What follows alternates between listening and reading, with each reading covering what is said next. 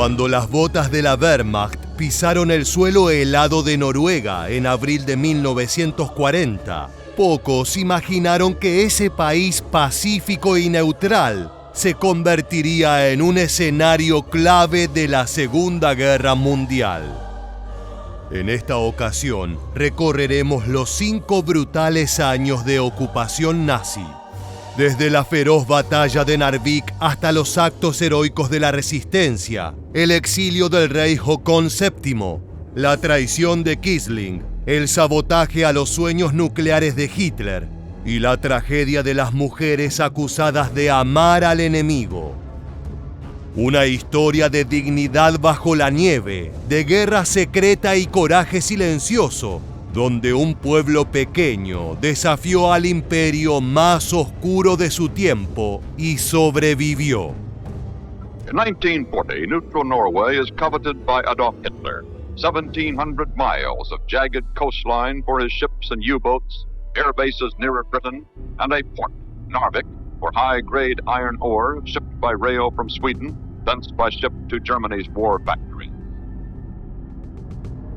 Amanecía en Oslo cuando el eco de unas sirenas rompió el silencio de los fiordos. Noruega, tierra de pescadores, nieve y neutralidad, despertaba de golpe al rugido de la maquinaria nazi. Alemania había lanzado una invasión relámpago, no solo contra Noruega, sino también contra Dinamarca. Pero mientras esta última cayó en horas, los noruegos estaban a punto de convertirse en un hueso más duro de roer. Hitler no podía permitirse que el hierro sueco, vital para los tanques y cañones del Tercer Reich, fuera interrumpido por una intervención aliada. Y ese hierro llegaba en barcos atravesando el puerto noruego de Narvik. Tampoco podía ignorar la costa noruega, que ofrecía una posición privilegiada, desde donde sus U-bote podrían asfixiar al comercio británico en el Atlántico Norte. Sin declaración de guerra, los barcos alemanes se presentaron en los principales puertos: Oslo, Bergen, Trondheim, Kristiansand y Narvik. Pero el primer enemigo de Noruega no fue el Führer, sino el escepticismo. April 9, 1940, the first coordinated air-sea-land operation in history. Nazi Germany strikes at neutral Norway.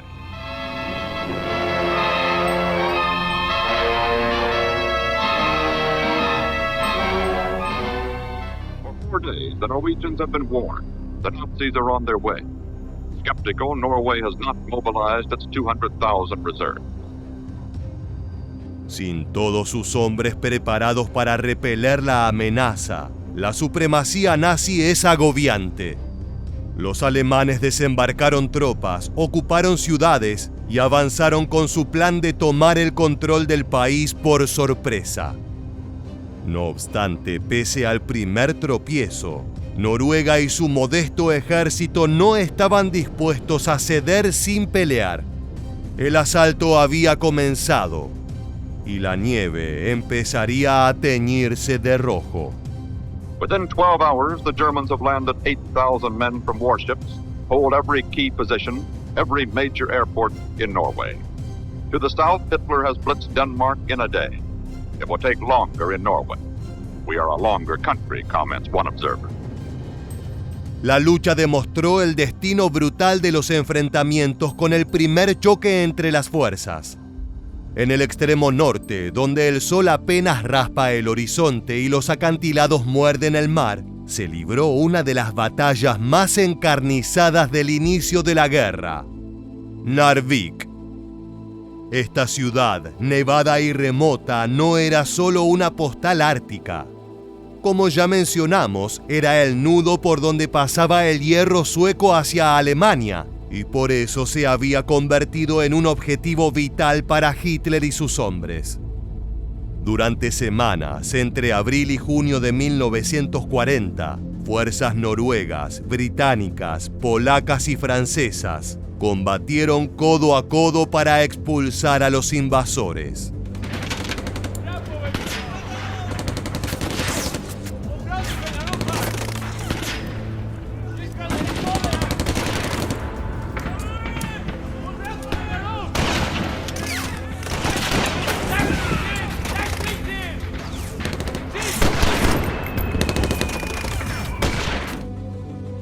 Fue una guerra librada en montañas heladas, túneles oscuros y fiordos congelados. Las explosiones resonaban como truenos entre los picos nevados. A veces el humo de los combates se mezclaba con la neblina y la ventisca, volviendo imposible distinguir enemigos de aliados. Pero a pesar de cualquier desafío que se interpusiera en su camino, los noruegos lucharon con valentía. Así fue como consiguieron recuperar Narvik el 28 de mayo, infligiendo la primera gran derrota a las fuerzas de Hitler. Sin embargo, no pudieron saborearla mucho tiempo. La inminente caída de Francia obligó a los aliados a retirarse. Narvik fue abandonada y los alemanes regresaron como una ola oscura que lo cubre todo. La victoria efímera dejó una lección duradera. Noruega no caería sin dejar cicatrices. The Allies are forced to withdraw. The last leave Narvik on June 8th. The Nazis have struck at France. The big war is on. The Norwegian fiasco has tumbled Neville Chamberlain. Winston Churchill is Britain's Prime Minister. The Norwegians are in despair. When I saw them withdrawing, says one officer, I almost hated the Allies more than the Germans. Sin el apoyo de los aliados extranjeros, el escenario volvió a ser una invitación al avance de las tropas nazis. Pero aún en los momentos más oscuros, una figura solitaria se alzaba como símbolo de la voluntad noruega: el rey Håkon VII. A sus 67 años, con porte digno y mirada firme, rechazó de forma tajante la exigencia alemana de nombrar a Vidkun Quisling como jefe de gobierno. Si el pueblo desea eso, que me lo diga, pero no colaboraré con el enemigo, sentenció, y su gabinete respaldó aquella decisión sin vacilar. Los alemanes, enfurecidos, intentaron eliminarlo. Bombardearon las zonas donde se refugiaba, persiguieron su caravana entre los bosques helados. Pero el rey escapó avanzando hacia el norte, cambiando de escondite, hasta que el 7 de junio logró huir a Londres. On June 7th, 1940, the king who has said he will abdicate rather than surrender leaves Tromsø in North Norway. With his ministers, Håkon will establish a government in exile in Britain. The battle for Norway ends. The battle against Nazi occupation and tyranny began. El líder se había visto obligado a abandonar su país, pero estaba decidido a seguir combatiendo desde las sombras. Transmitía mensajes por radio a su pueblo, firmes, serenos, esperanzadores. Su voz se convirtió en un faro entre la oscuridad de la ocupación. Para millones, él no era solo un monarca, representaba a Noruega misma, de pie frente al invasor. Pero en su ausencia, en Oslo, alguien abría la puerta a los nazis con una sonrisa. Vidkun Quisling, ex militar, político nacionalista y fundador del partido fascista National Samling, aprovechó el caos para declararse primer ministro por radio, sin que nadie lo hubiera elegido. Hitler lo vio útil y más tarde lo nombró oficialmente jefe del gobierno títere noruego. No obstante, quien en verdad mandaba era Josef Terboven, el comisionado nazi. Quisling era una marioneta.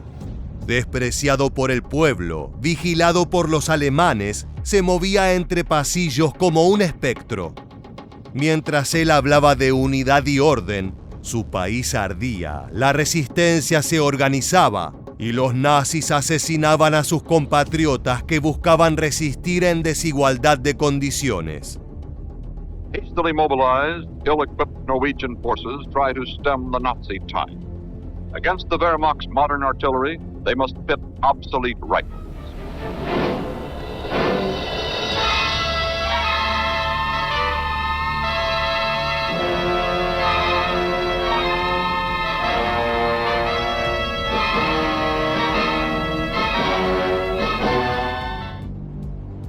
Frente a este panorama, poco a poco Quisling se convirtió en algo más que un apellido. Pasó a significar traidor. Y no solo en Noruega, sino en todo el mundo. Ahora bien, si él era la máscara, Josef Terboven era la bota que aplastaba. Nombrado por Hitler como comisionado supremo en Noruega el 24 de abril de 1940, gobernó con autoridad casi absoluta, y lo hizo con puño de hierro. Desde su cuartel en Oslo, orquestó arrestos masivos, ejecuciones sumarias y campos de concentración. Censuró la prensa, clausuró sindicatos, ordenó represalias brutales ante cada acción de la resistencia. La Gestapo actuaba sin restricciones. Las paredes susurraban delatores y las ciudades dormían con miedo. Con cada golpe creía someter al pueblo noruego, pero cada crimen suyo era también una chispa. En las montañas, en los túneles, en los corazones de la ciudadanía, crecía algo más fuerte que el temor.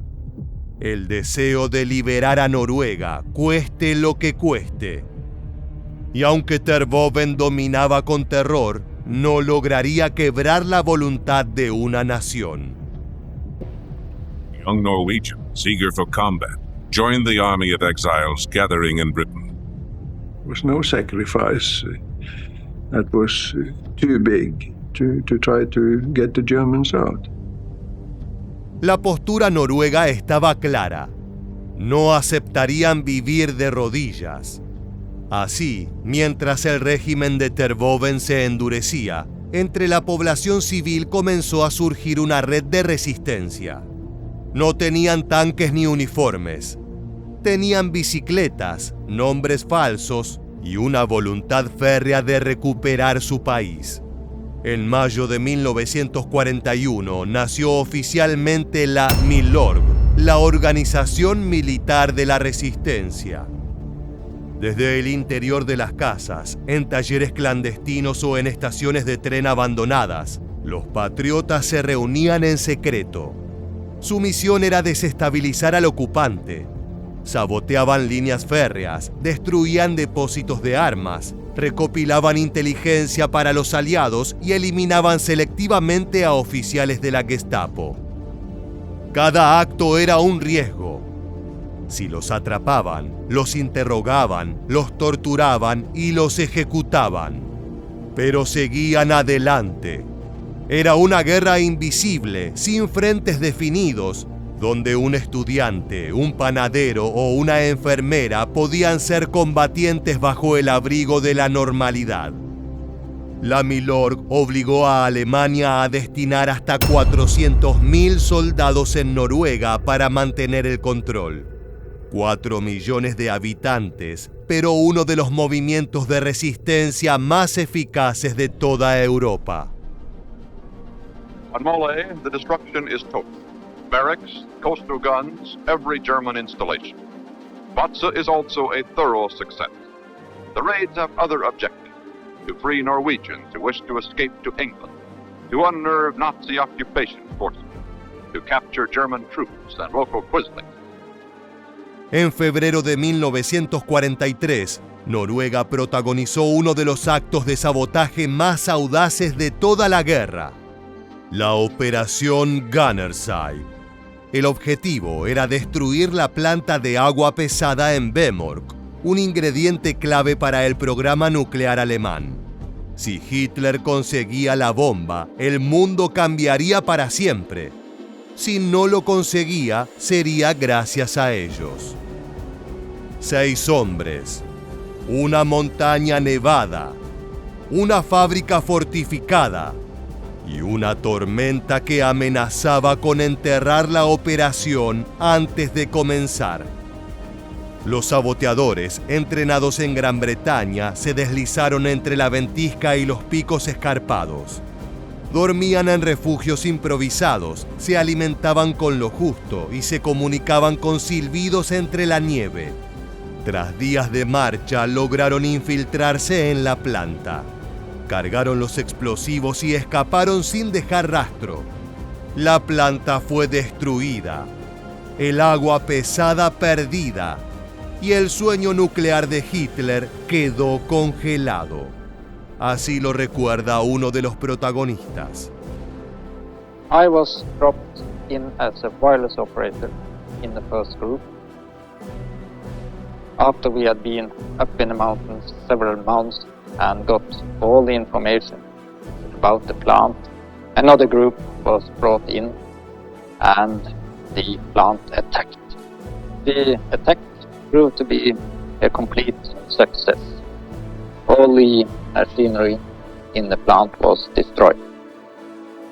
Aunque los alemanes intentaron reconstruir y trasladar el material por ferry, la resistencia ya estaba un paso adelante. También lo hundieron. De esa manera, Gunnerside ya no era simplemente un éxito táctico. Se había transformado en un símbolo de cómo una nación pequeña podía golpear con fuerza al corazón de un imperio. Y aquella no sería la única vez. Al norte, en los remotos fiordos del Ártico, se ocultaba el mayor orgullo naval del Tercer Reich, el Tirpitz. Hermano gemelo del Bismarck, era el buque más grande de la Kriegsmarine. Para los nazis era un arma, para los británicos una amenaza y para los noruegos una sombra acechante. Sabían que si zarpaba podía destruir convoyes enteros en el Atlántico. Por eso los alemanes lo escondieron. Lo camuflaron con redes, humo químico y falsos hangares. Incluso dañaron los árboles alrededor para evitar que los pilotos lo detectaran desde el aire. Pero la RAF no se rindió. En una serie de ataques, primero con torpedos, luego con bombas pesadas, intentaron hundir al gigante. Finalmente, en noviembre de 1944, lograron impactarlo con bombas Tallboy de más de 5 toneladas. El Tirpitz explotó como una montaña de acero. Se volcó sobre sí mismo y se hundió con más de 1000 marineros a bordo. Era el fin del terror naval nazi en el Ártico. By 1944, Allied air power is shattering the German fleet hiding in Norwegian fjords. The Luftwaffe is disintegrating. Norwegian resistance is tying down 500,000 Germans desperately needed by Hitler in collapsing Europe. The Russians have crossed into North Norway. The tide has turned. The end is in sight. En las calles, en los parques, en cada rincón se hablaba del colapso nazi que poco a poco parecía alejarse del poder. No obstante, en medio de la esperanza del pueblo, había un pequeño sector de la ciudadanía que iba a contramano. En cada uno de esos mismos lugares se podía ver a mujeres noruegas al lado de soldados alemanes. Algunas eran jóvenes que buscaban protección, otras se enamoraban genuinamente y otras simplemente sobrevivían. Las llamaban Diskertoser, las chicas de los alemanes, con desprecio y resentimiento. Durante la ocupación, entre 10.000 y 12.000 mujeres mantuvieron relaciones con el enemigo. Algunas se casaron, otras tuvieron hijos. Para muchos habían cruzado una línea invisible, la del patriotismo, pero aguardaron, sabían que con paciencia llegaría el momento para castigarlas. Y así fue. Tanto ellas como sus hijos, llamados niños de la vergüenza, se expusieron a las medidas más duras. Les rapaban la cabeza públicamente, las golpeaban, las detenían sin juicio, las despedían de sus trabajos. Algunas fueron internadas en campos de confinamiento. Lo que para unas había sido amor, conveniencia o manipulación, se convirtió en condena social. Esa era la otra cara de la guerra, la de un país que buscaba chivos expiatorios y los encontraron en aquellas mujeres y en otro tipo de traidores a la patria. On May 7, 1945, it is all over. After 5 cruel occupation years, Norwegian justice moves swiftly. 17,000 Quisling collaborators are arrested. Un día más tarde, cuando los últimos soldados alemanes se rendían y la esvástica dejaba de ondear sobre Oslo, los noruegos salieron a las calles. Gritaron, lloraron, se abrazaron. La ocupación había terminado. Josef Terboven, sabiendo que su poder se desmoronaba, se encerró en su búnker y se suicidó haciendo estallar una carga explosiva. El símbolo del terror nazi volaba en pedazos, igual que el sueño de dominación de Hitler. Por su parte, luego de ser arrestado, Vidkun Quisling fue juzgado por traición, pero nunca mostró arrepentimiento. Como penitencia, el 24 de octubre de 1945, fue ejecutado por un pelotón en la fortaleza de Akershus. Para entonces, su nombre ya era sinónimo de infamia. Y entonces volvió Håkon VII. Después de 5 años en el exilio, descendió del barco con su sombrero de ala ancha, saludando a su pueblo con su dignidad intacta. Miles lo esperaban. Lloraban al verlo. Había regresado el rey, pero también el alma de Noruega. El país que resistió en las sombras, que luchó en las montañas, que sufrió y esperó, volvía a levantarse. Herido, pero libre. En conclusión, podemos asegurar que Noruega fue mucho más que un peón geográfico en el tablero de guerra de Hitler. Fue una nación que, pese a su tamaño, resistió con un orgullo que desafió al poder absoluto. Su pueblo libró una guerra en las sombras, entre montañas y fiordos, con radios clandestinas, explosivos improvisados y una fe inquebrantable.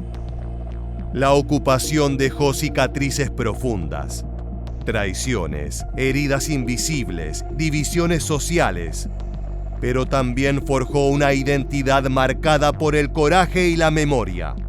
Hoy cada sendero nevado, cada árbol aún dañado por el humo del Tirpitz y cada palabra del rey Håkon VII transmitida desde el exilio recuerdan que incluso bajo la bota del tirano hay pueblos que no se rinden.